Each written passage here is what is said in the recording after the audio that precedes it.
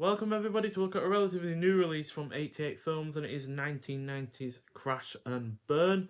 So this is directed by Charles Band, who also did Trancers and The Dungeon Master.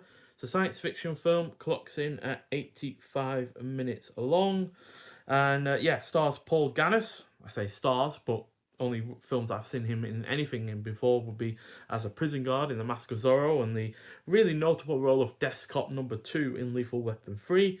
Also stars Megan Ward, who is in Trancers 2 and 3, as well as the god-awful Amityville 1992 It's About Time.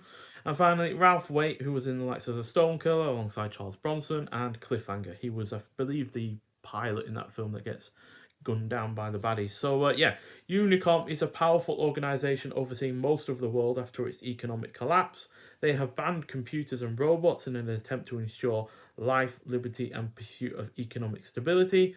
When a Unicom synth robot infiltrates a Southwest TV station and kills a manager who is a revolutionary against a Gestapo-like corporation, a lowly Unicom delivery man must help the rest of the station survive through the incoming thermal storm, as there has been a lot of ozone layer breakdown, and therefore going out in the UV light can greatly affect your health. But yeah, if you go into this expecting the mech in the poster to play a large role in this, then you'll be sorely disappointed, as this all that thing does is save one guy from under some debris and squishes a bad guy.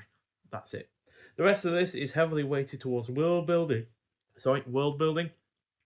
being primarily set in one location and coming across as a knockoff of other films that have an imposter in the midst of the characters, only instead of an alien or a spy, it is a synthetic robot.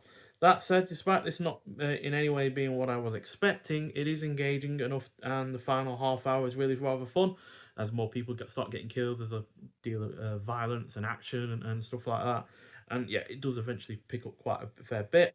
The pacing, though, is decent, the cast is serviceable, the production is effective, it is well shot, and the score is good.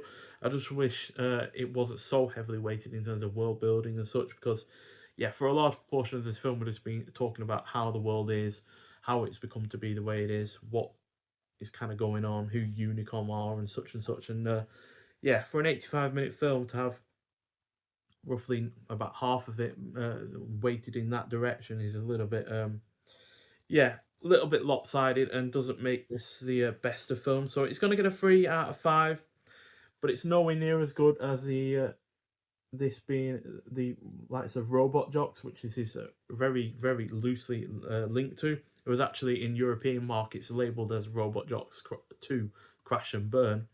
But yeah, if you went into this expecting it to be anything like Robot Jox at the time, you'd have been really disappointed because, like I said, there's very minimal mech action in this. Nowhere near as much as the likes of, you know, Robot Jox, but also nowhere near as much as the likes of, where's it gone now? We recently looked at it. Why can I never find anything when I'm really Robot Wars? It was no, not Robot Wars. Robo Warriors. There we go. Which recently got released on Vinegar Syndrome, and this has far more in the way of robot mech action. And yeah, even though it's still on Blu-ray, like Crash and Burn, it is at the end of the day, you know, coming through on this kind of poster. Whereas with Crash and Burn, like I said, that mech only really makes one appearance. So yeah, a little bit disappointing in that regard. But I do like this little hard box that we've got going with it. But this is the only physical extra outside of, I believe, the reversible poster for the sleeve. Yeah.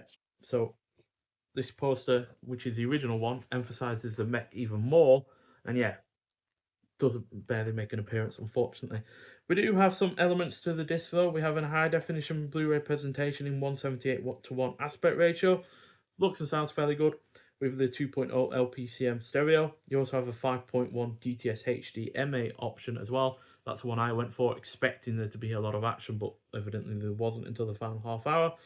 Then we also have optional English subtitles, audio commentary with director Charles Band and actor Bill Moseley, audio commentary by film journalist Dave Wayne and Matty Berdowicz, making of Crash and Burn, blooper reel, remastered original trailer, and this original sleeve, which reversible sleeve, sorry, which features new artwork by Joel Robinson, which is obviously on the box itself. So yeah, a decent enough effort, but yeah, nowhere near as good as Robo Warriors or Robot Jox. There is one more in this kind of loose series of mech orientated films I need to see, and that is Robot Wars. Not the TV series, the film. I think it's from 1993. But yeah, that's the only one I got left to watch, and the only one I've not yet to own. I'm not sure if that has a Blu-ray release at all, or one is planned. But if I enjoy this that as much as at least this, which like I said is easily the worst of the three that I've now seen,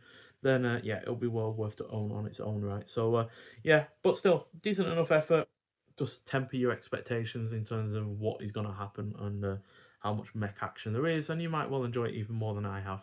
But nonetheless, thank you for watching. If you have seen Crash and Burn before, I'd like to hear your thoughts on it, and I'll see you in the next one. Bye.